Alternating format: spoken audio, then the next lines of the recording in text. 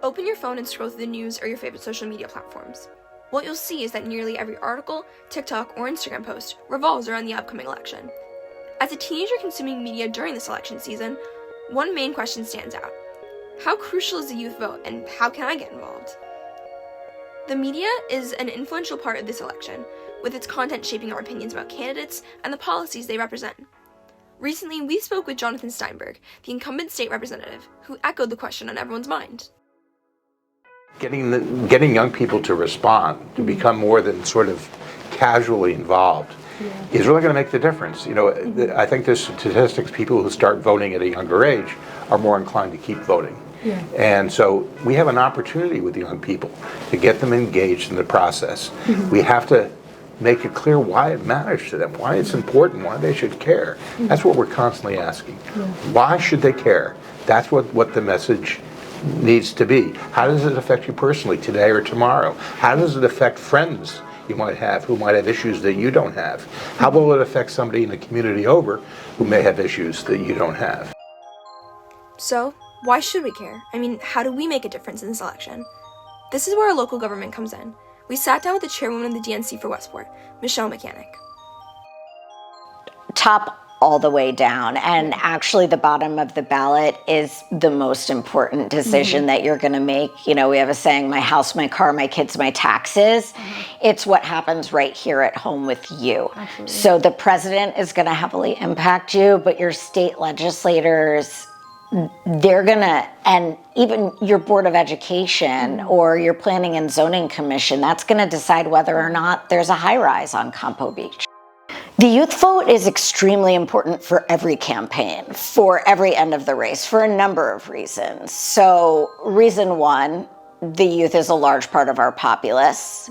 The population is aging out, so the young vote is going to be the majority vote soon. The other thing is that through the process of campaigning, particularly local campaigning, the most important thing is always going door to door. So, whether you're the candidate or you're myself, I make sure to speak to people as much as possible to know what's on their minds.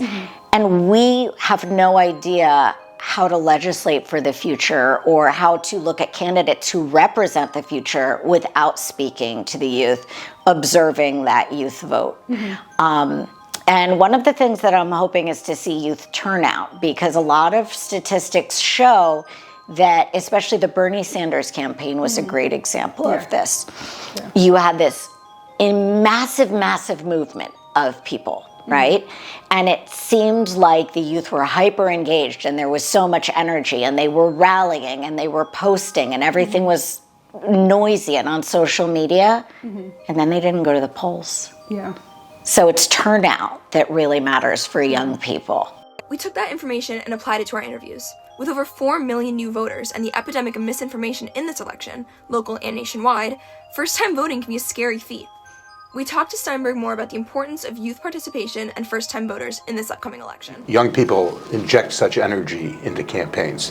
There's a certain tendency to go by headquarters for a campaign, and most of the people have gray hair, and it's just not quite the same. And it's also a different perspective.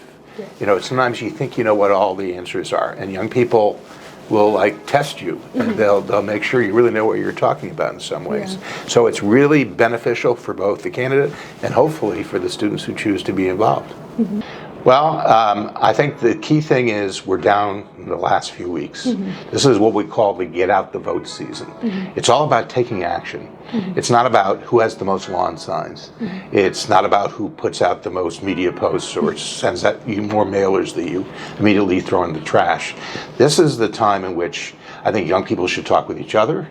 I think they should talk to their parents, make sure their parents vote. That's important too.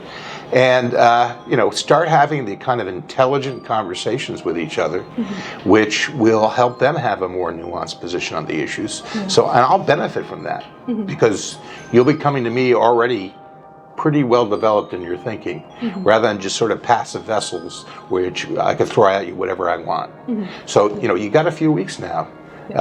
Delve into it. Really make it yours. Care enough to be an intelligent voter. Next up, his opponent, John Bolton. We asked him the same questions, which varied different responses. I got really motivated because of what I was seeing during COVID. And what really inspired me was the response from the youth in the town. And, you know, at the end of the day, it's all about you guys. Everything, every policy, because I have a very simple thing that I say. We have to leave you with a much better Westport than the one we found. That's bottom line. But I think the best thing I could tell you to do is, if there's a candidate you really, really, really like, and that candidate really, you know, like nails it, right? And it's like he speaks or she speaks for everything I stand for, go call them up. They would love a volunteer. But the best advice I can give you to get like more involved with the question, study the issues. Don't go with, I heard. So, let's recap.